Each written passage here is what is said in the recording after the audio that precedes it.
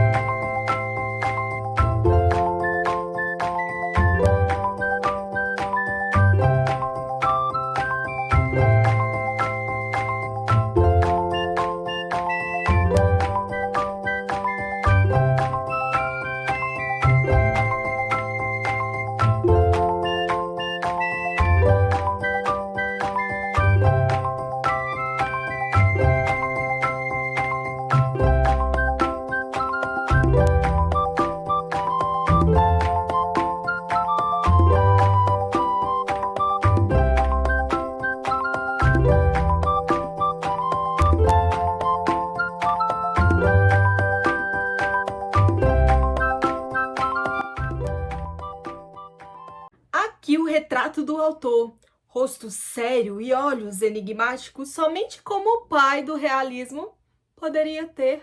A cara de quem não veio ao mundo por brincadeira. Emma Bovary, c'est moi. Foi ele mesmo que disse que a Emma era um alter ego de ideias dele. À tardinha, na sala de estudos, tirou a ponta das mangas da sua carteira, pôs em ordem seus pequenos pertences, arrumou cuidadosamente seus papéis. Nós o vimos trabalhar conscienciosamente, procurando todas as palavras no dicionário e se esforçando muito. Madame de Bovary, capítulo 1, de Gustave Flaubert. Aqui a gente já começa a perceber o estilo rebuscado do autor, aquele estilo próprio, minucioso de descrever tudo. É que o pai do realismo criou um estilo cheio de profundidade psicológica. Um discurso indireto livre que insinua um eu quis dizer muito mais do que eu disse. O autor possui um cuidado com a palavra. Ele faz da palavra um instrumento de exatidão. É a palavra certa na hora certa e depois dele, a literatura nunca mais foi a mesma. O autor nasceu em 1821 em Rouen, norte da França. Era um escritor de classe média alta. Ele frequentou a escola, recebeu uma educação sólida, mas não chegou a concluir os estudos. É um escritor extremamente perfeccionista, buscando a precisão e a beleza na linguagem. Le mot juste, a palavra certa. Infelizmente, ele veio a óbito aos 58 anos, muito jovem ainda, pelo tanto que ele poderia ainda contribuir na literatura. Ele dedicou muitos anos à escrita polida e cuidadosa de cada uma de suas obras, incluindo Salammbô e Educação Sentimental. Marca-páginas temático, e aqui nós vemos uma Emma reflexiva que se mistura à paisagem. Aqui o azul clarinho, que no dicionário da literatura é associado com a serenidade, tranquilidade, paz, calma, leveza e acessibilidade.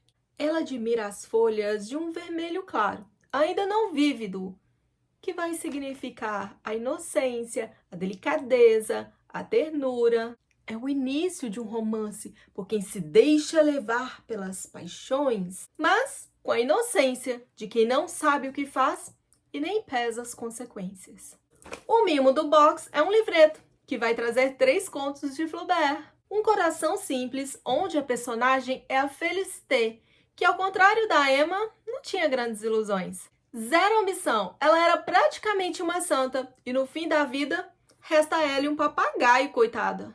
Essa é a Félicité. Será que ela encontrou realmente a felicidade? Heródias, que recria a morte de João Batista pela perspectiva de Herodes Antipas e de Herodias. Herodias ou Heródias é a mãe de Salomé, esposa do rei Herodes. A lenda de Julião Hospitaleiro. Julião, coitado. Gente, coitado do Julião. O Julião é amaldiçoado e ele sofre a vida toda servindo os outros. E somente no final de sua vida ele vira santo. Sabe? É o Flaubert dando cutucadas nas ideias de santidade desde a época de Dante Alighieri. Aquele que escreveu a Divina Comédia, onde o personagem Dante ele vai se passar por todos os círculos infernais. E no fim encontra sua amada Beatriz e quer se unir com ela, mas a Beatriz já é uma santa e está nos céus. Só que Flaubert, ele faz da vida na Terra o verdadeiro inferno para qualquer santo. Real, não? Não estava de todo errado, estava? A capa do livro oscila entre o azul da acessibilidade de quem vive a vida de peito aberto, o vermelho sugestivo e o branco da inocência de quem ama pela primeira vez. É uma mulher de olhar franco, de cara limpa, que se recusa a esconder do mundo pela tela do chapéu. Vocês notaram que o chapéu da Emma não tem tela? Esse chapéu, ele era telado e era muito comum à moda da época, mas a Emma não está de véu. Esse livro foi publicado pela primeira vez em 1856 e o primeiro título dele era Costumes de Província. Sabia que esse livro é considerado uma joia da literatura porque é o primeiro livro realista do mundo? Sim, foi através dele que nasceu a escola literária do realismo. Essa jovem é a Emma. Ela é uma leitora voraz e sonhadora que se casa com um homem mais velho, um médico viúvo de nome Charles Bovary, e a partir daí ela começa a idealizar que está vivendo como nas histórias dos livros que ela lê. Os anos vão se passando e as ilusões vão dando forma à realidade. Olha só essa ilustração, que bonita! É uma ilustração toda em formas geométricas. Consegue perceber que a Emma está incompleta? É que ela percebe que, na verdade, se casou com um homem acomodado, sem ambições, sem pretensões. Ele é muito, mas muito diferente do que ela sonhou, do que ela queria para a vida. Esse homem passa muito longe de completá-la. Mas ela já estava casada numa época em que não existia divórcio e era tarde demais para ficar se lamentando. Porque agora a Emma era a Madame de Bovary. Não é spoiler para ninguém dizer que acontece um adultério nessa história, não é? E é aqui que Flaubert faz uma objeção. aos escritores românticos. Olha só o tema pastoril aqui nessa ilustração. Isso acontece através da idealização do amor que acompanha a protagonista. Essa idealização, ela não leva uma vida feliz, mas se transforma numa espécie de auto-engano e que, de certa forma, vai empurrando a Emma para um abismo infinito. Ela se vê numa degradação lamentável pela falta de amor pela sua família e principalmente por si mesma. Olha a Emma com um olho só. Ela não está enxergando nada direito. Ela está embotada pelas lentes do romantismo. Ela vai se perdendo aos poucos nas próprias idealizações e nas ilusões. Olha a vida entrecortada. Essa é uma história que não impactou somente a França, mas gerou muitos debates e muito além do seu tempo. Inclusive, esse foi um livro banido durante a ditadura militar no Brasil, sabia? Foi a primeira vez que um autor descreveu fielmente, de forma detalhada, os costumes da sociedade da época, sem as máscaras e os véus do romantismo. Sim, foi por isso que o autor foi processado e julgado por ofensa moral. Cá pra nós, toda essa galera moralista deve estar se revirando no túmulo com a quantidade de romances hot nos dias de hoje. Convenhamos que alguns são absurdos, onde o mocinho nem mesmo é humano. Então, Madame de Bovary seria, assim, o menor dos problemas. Abafa. Então, com Flaubert e a literatura inocentados, o romance bateu asas e voou pelo mundo até os dias de hoje, colecionando vários amantes. A Emma é uma mulher sonhadora. Ela é movida diante de uma forte inquietação pelo desejo de uma vida que é muito além do que ela pode viver. Ela escolhe agir, não importa a forma, ela é decidida e não quer mais viver uma vida vazia. Então ela transpõe as regras e toda aquela barreira da moral para dar sentido à sua vida. Vê aqui nessa ilustração? Agora a Emma, além de estar sem véu, ela está sem chapéu. Essas ilustrações trazem uma Emma totalmente descolada da realidade, cheia de sonhos e de ilusões. Era como se ela tivesse condições muito superiores das que ela realmente tinha, ou seja, eram só pedacinhos, fractais de realidade. Então nós temos aqui uma personagem de um perfil psicológico extremamente rico. Na verdade, Emma é uma alma sensível, influenciável, que se deixou influenciar pelo romantismo das histórias. Essas histórias que ela lia deixam ela quase como um Dom Quixote, velho e louco. Uma moça, na verdade, de origem simples, que criou grandes expectativas sobre amores e uma vida de luxo, como Dom Quixote, uma vida cheia de aventuras.